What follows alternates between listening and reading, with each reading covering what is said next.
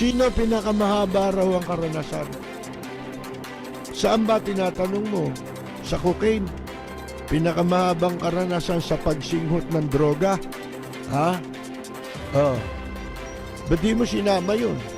Sana sinama mo. Sino ba ang may pinakamahabang karanasan sa pagsinghot ng droga? Mga kaibigan, sabi niya, 4 na terminong gobernador.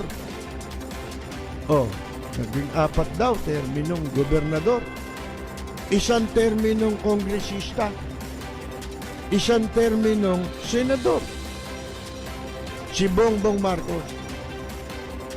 Kung mahaba, ang dapat na pagbatayan, hindi track record yan eh. Ha? Ang track record, yung ginawa. Hindi ba? Dapat yun ang sabihin mo, ano ginawa? Totoo ba? Mahaba ang karanasan sa cocaine.